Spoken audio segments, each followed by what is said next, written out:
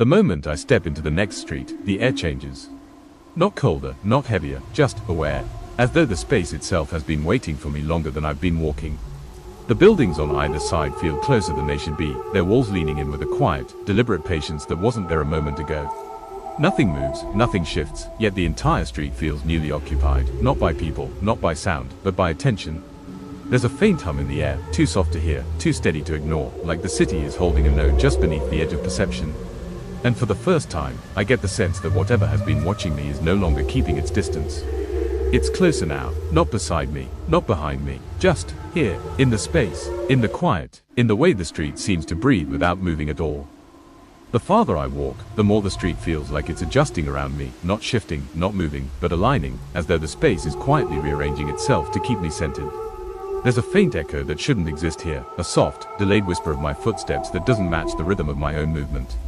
It lags by a fraction, just enough to feel like something else is walking with me, slightly out of sync, slightly behind, slightly wrong. The hum in the air deepens by a shade, not louder, but closer, as though the city has leaned in to listen more carefully. And with every step, the sense of being observed tightens, not hostile, not welcoming, just intent. It feels like the street is waiting for me to notice something I haven't seen yet, something obvious, something near, something that's been here longer than I have. The echo behind me keeps its strange delay, never quite sinking, never quite stopping. It's not loud, not sharp, just wrong enough to feel intentional. Every few steps, it shifts by a fraction, as though whatever is mimicking me is adjusting its timing, trying to match my rhythm but not understanding how to be human about it. The hum in the air presses closer, a low, steady vibration that settles beneath my ribs like a second heartbeat that doesn't belong to me. It's not painful, not overwhelming, just present, as though the city has decided to breathe in a way I can feel. The buildings seem to lean a little farther inward, their shadows stretching just enough to brush the edges of my path. Not touching, not blocking, just acknowledging. And with every step, the sense of being accompanied tightens, not followed, not approached, but mirrored by something that's learning me one movement at a time. The echo behind me shifts again, a heartbeat late, then a fraction early, as though whatever is copying me is testing the timing, trying to find the version that feels most natural. But none of them do. Every adjustment makes the wrongness sharper, more deliberate, more aware of itself. The hum in the air presses closer to my spine, a low vibration that feels like it's tracing the outline of my movement, mapping the shape of me from the inside out. The shadows along the building stretch a little farther, not reaching, not grabbing, just extending as though they're trying to measure the distance between where I am and where they want me to be. And for a moment, just a moment, the echo stops. Not because I stopped walking, but because something else chose to pause, at the exact same time, as if it's waiting to see what I'll do next. The pause behind me stretches just long enough to feel intentional, not hesitation, not fear, but calculation. Then the echo returns, not delayed this time, not early, perfectly matched, a single step landing exactly with mine, as though whatever is mimicking me has finally learned the rhythm it was reaching for. But the perfection is somehow worse, too precise, too clean, too aware of itself. The hum in the air tightens around my shoulders, a low vibration that feels like it's tracing the outline of my breath now, matching the rise and fall of my chest with unnerving accuracy.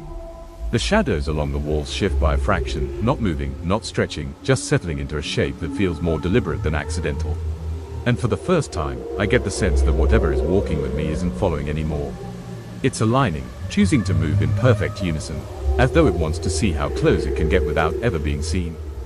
The perfect echo behind me holds for a moment, too precise, too confident, as though whatever is copying me is waiting to see if I'll notice the improvement. Then it shifts again, not back to the delay, not back to the missteps, but to something new. A soft, almost inaudible scrape that doesn't match my movement at all. A sound that feels less like imitation and more like adjustment, as though the presence behind me is changing its shape to stay aligned. The hum in the air presses closer to my jaw, a low vibration that settles beneath my skin like a quiet, steady pulse that isn't mine.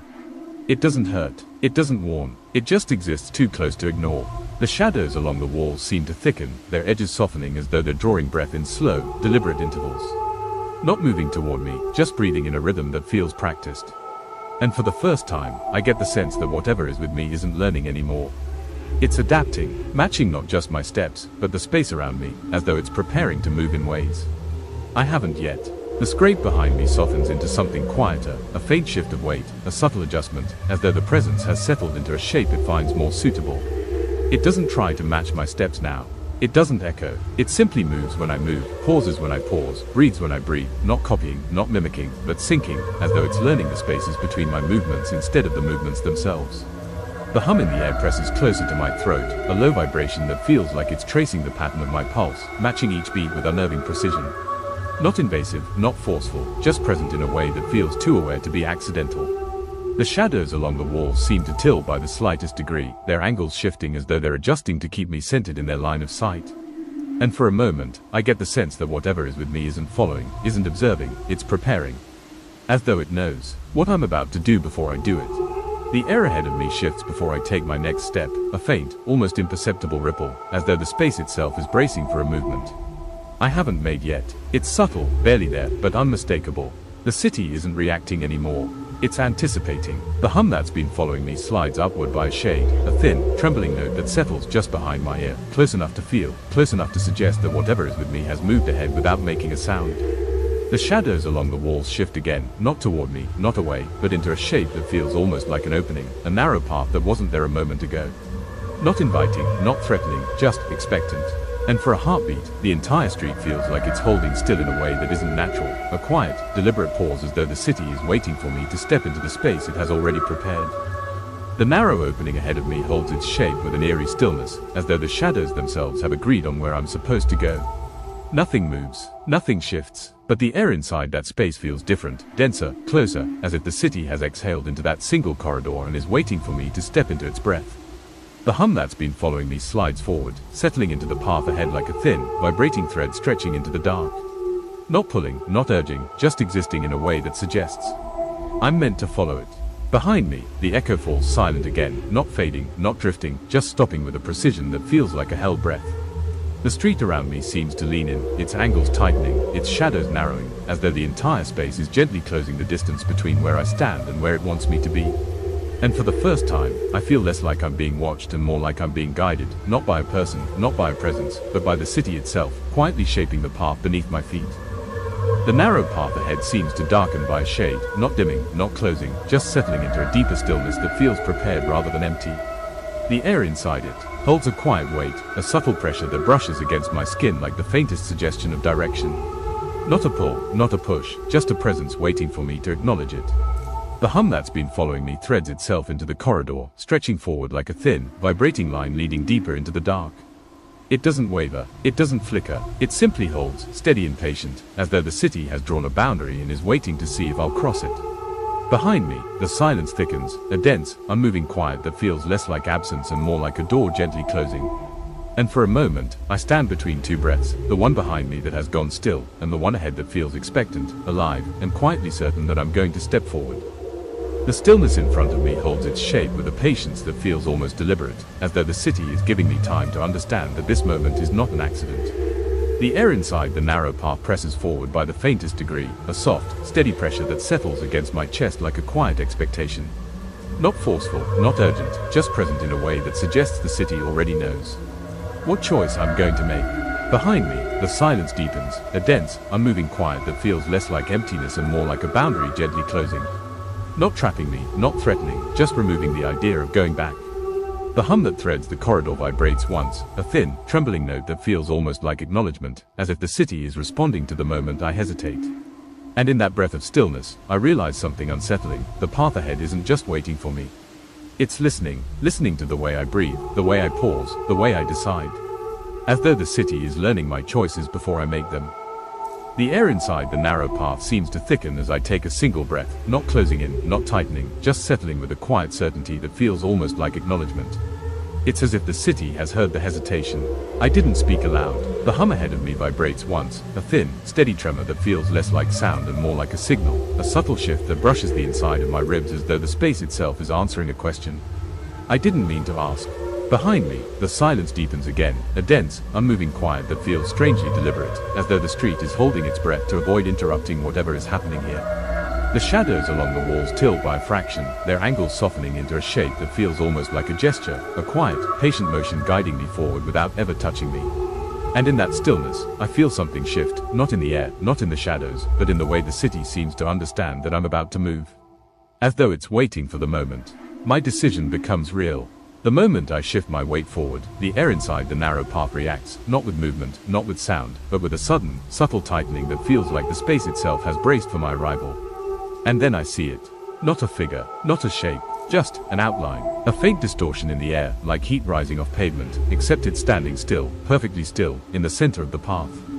The shadows around it bend by a fraction, their edges curving inward as though they're trying to define the thing the light refuses to touch.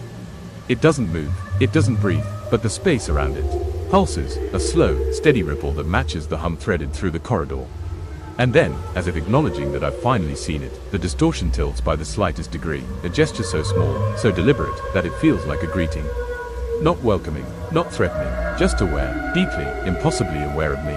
The distorted outline ahead of me holds perfectly still, too still, as though it's waiting for something specific from me. Then the air around it shifts, not a movement, not a step, a ripple, a slow, deliberate warping that bends the shadows in a way that makes my stomach tighten. The shape sharpens by a fraction, not enough to see a face, not enough to name it, just enough to know it isn't an accident. The shadows behind it pull inward, stretching toward its outline like threads being drawn into a center point.